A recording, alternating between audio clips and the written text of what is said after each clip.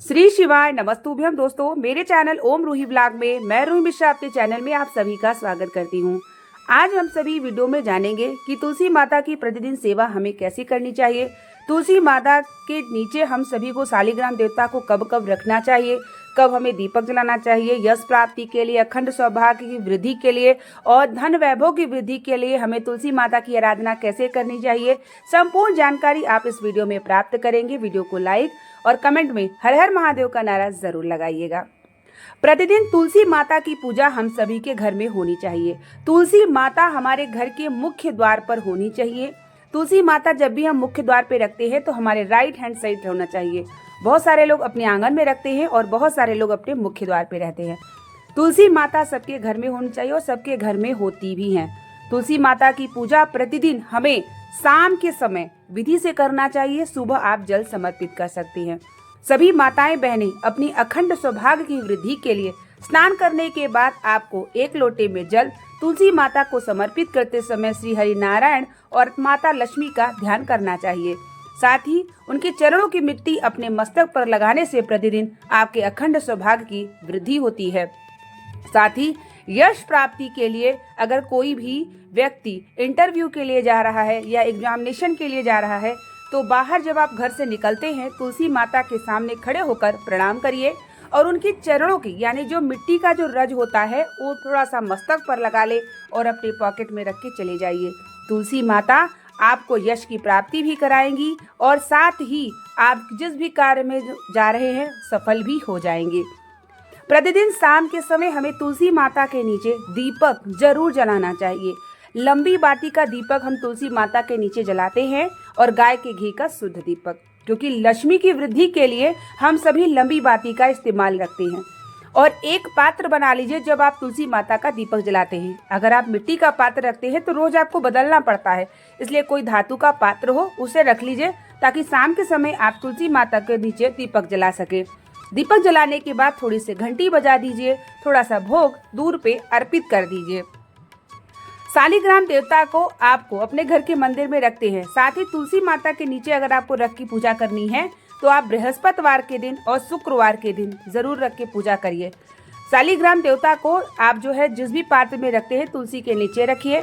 उनकी विधि विधान से स्नान पूजन श्रृंगार करके वही तुलसी माता के पास रख दीजिए। बृहस्पतिवार के दिन तुलसी माता के नीचे एक चुटकी हल्दी, एक कमल गट्टा जरूर समर्पित करिए। साथ ही मौली एक लपेट लीजिए। अगर आप तुलसी माता को सजा सकते हैं, उनका जो भी गमला है तो आप सजा सकते हैं। जैसे मैं इस तरीके से लाल कपड़े को मौली को बांध करके रखी हूँ। बृहस्पतिवार श्री हरि नारायण का दिन होता है और नारायण तुलसी से बड़े प्रिय हो जाते हैं। वो तुलसी से 1 मिनट के दूर नहीं होते। प्रतिदिन अगर शालिग्राम आप देवता को तुलसी के नीचे रखना चाहते हैं तो रख सकते हैं, लेकिन रविवार और एकादशी के दिन आपको अपने मंदिर में रखना चाहिए। अगर आपका मन है कि आप शालिग्राम देवता को तुलसी के वृक्ष के नीचे रखना चाहते हैं तो आप सिर्फ एकादशी और आपको रविवार के दिन आपको अपने मंदिर में रखना होगा, क्योंकि तुलसी माता का गमला या जो भी वृक्ष है हमें स्पर्श नहीं करना होता है। और हम शालिग्राम की देवता की पूजा करेंगे तो स्पर्श कर लेंगे तो वो क्या होगा कि आपको दोष लगेगा, इसलिए इस बात का ध्यान रखिएगा। अगर आप शालिग्राम देवता को तुलसी के नीचे रखते हैं तो सिर्फ एकादशी और आपको रविवार के दिन अपने घर के मंदिर में रख के उनको स्नान वगैरह पूजा कराइए। शुक्रवार के दिन आपको वैभव लक्ष्मी यानी लक्ष्मी जी की फोटो रखे हैं तो आप वहां भी भोग अर्पित किया करिए खीर का, और माता तुलसी के नीचे भी खीर का भोग जरूर लगाया करिए हर शुक्रवार के दिन। बृहस्पति और शुक्रवार के दिन आपको तुलसी माता की पूजा विधि से करनी चाहिए। तुलसी माता की पूजा अगर बृहस्पति शुक्रवार के दिन अगर आप करते हैं, नियम बना लेते हैं, जिसके भी घर में होना शुरू हो जाता है उसके घर में माता लक्ष्मी की कृपा जरूर होती है, क्योंकि तुलसी माता माता लक्ष्मी की स्वरूप होती हैं। तुलसी माता जब आप नारायण की भोग अर्पित करते हैं तभी स्वीकार करते हैं। मान लीजिए आपने कोई भोग लगाया और नारायण को प्रिय नहीं होता और अगर आपने तुलसी डाली है तो तुलसी के भाव से, तुलसी अपने भाव से नारायण को प्रसन्न कर लेती हैं और नारायण जो है उस भोग को प्राप्त कर लेते हैं। तो इसलिए कहा जाता है कि जब भी हम भोग अर्पित करते हैं तो तुलसी जरूर डाला जाता है नारायण के भोग में, ताकि नारायण तभी उसे स्वीकार करते हैं, बिना तुलसी के वो स्वीकार भी नहीं करते।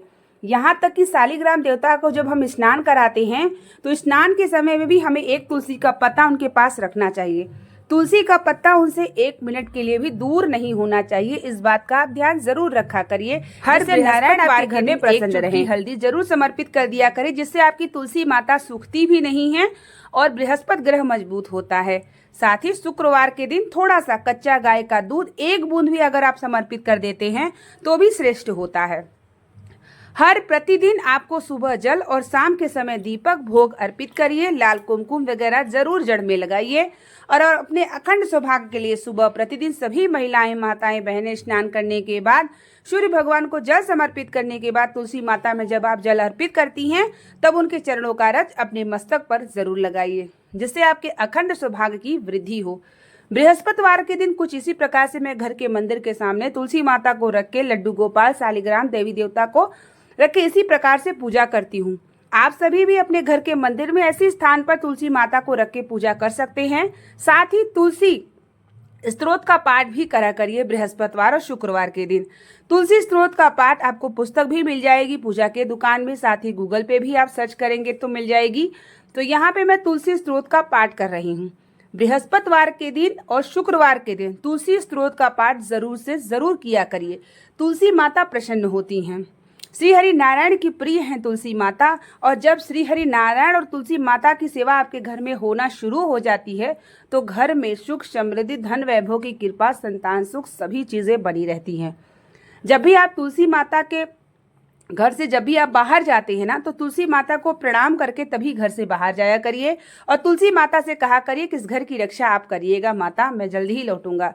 जब भी कोई आपके घर में आपत्ति आती है, जब भी कोई आपके घर में संकट आता है, तो सबसे पहले तुलसी माता अपने ऊपर ले लेती हैं। अक्सर आपने देखा होगा कि तुलसी माता सूख जाती हैं। कहीं ना कहीं आपके परिवार पे कोई संकट आता है तो तुलसी माता अपने ऊपर ले लेती हैं, और जिससे आपके संकट आपके तक नहीं पहुंच पाता, माता तुलसी उसे रोक लेती हैं।